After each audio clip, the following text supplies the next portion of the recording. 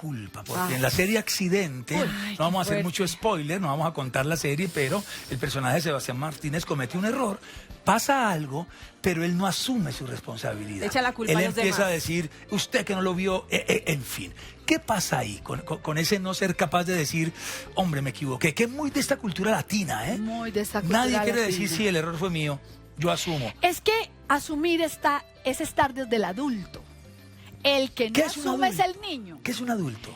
Un adulto es un ser humano que es capaz de asumir sus errores, mirar a la víctima, tomarla, ser empática con lo que hizo y ayudar a reparar el error. En el caso de Accidente, sucede algo que efectivamente fue un accidente culposo, es decir, no fue hecho con intención.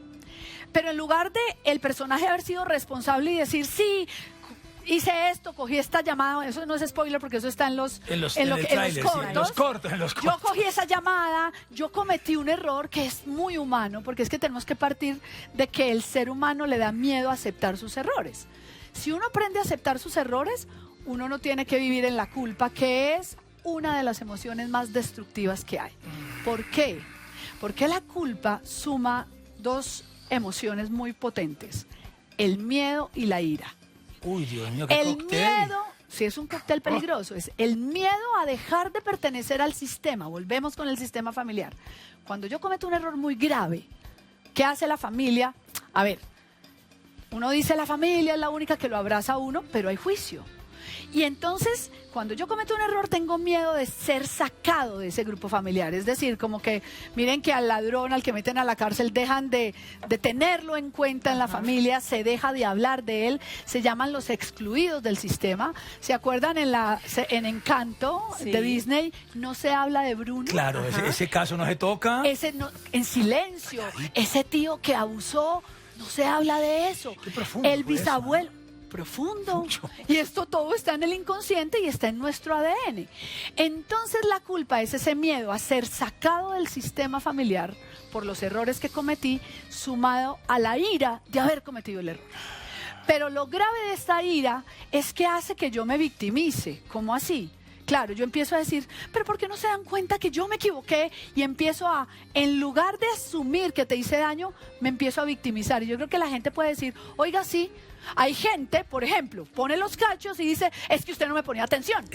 En lugar de aceptar el error, sí, listo, tienes razón, lo hice, caigamos en cuenta que me faltó hablarte y decirte que me sentía desatendido, lo tomo contra ti, que es una actitud de niño. De manipulación. No, de adulto. ¿Por qué de niño? Porque el niño es egocéntrico. Pensemos en un niño, tú que tienes hijo todavía Sí, pequeño. señor, 6 años. Está en el egocentrismo total. Mamá y papá lo tienen que ver todo el tiempo. Y si pasa algo bueno y malo, es culpa de él. O sea, si por ejemplo ustedes tuvieran una separación, tu hijito se podría sentir culpable de ella, porque es tan egocéntrico que dice, yo soy el culpable de que mis papás no estén juntos. Todo Por se eso trata de mí. siempre los psicólogos les dicen, no permitan que ellos se sientan culpables, digan, es una decisión de papá y mamá. Pero volvamos a la culpa. ¿Qué pasa? Esa ira hace que yo también me autodestruya y en esa autodestrucción le haga daño a todo el mundo. Y eso es lo que pasa en la serie Accidente. Sí. Por eso se vuelve una cadena de hechos en las que sale el odio, el rencor, la venganza, a raíz de no haber aceptado la culpa. Eso está interesante. Vamos entonces.